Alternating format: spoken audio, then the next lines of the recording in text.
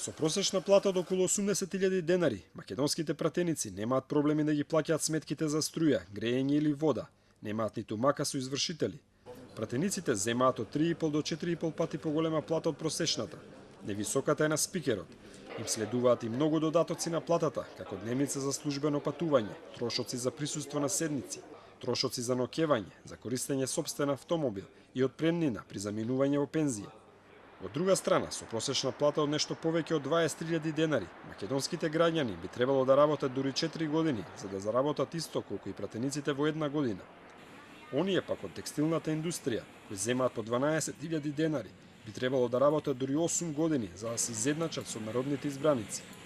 Според истражувањето на Евростат, во просек во ЕУ пратениците заработуваат околу 2,5 просечни плати. Просечната годишна плата во Унијата е 25.000 евра, додека просечната пратеничка е 61.000 евра.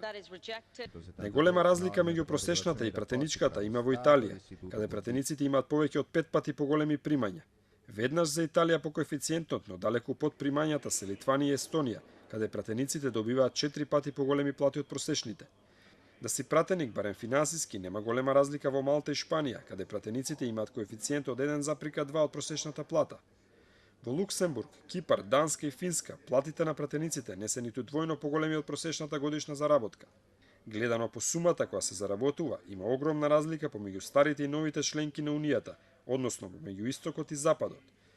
Покрај италијанските пратеници, над 100.000 евра годишни примања имаат и пратениците во Австрија, Холандија, Британија и Германија. Најниски плати имаат пратениците во Бугарија, Хрватска, Чешка, Романија и Словачка.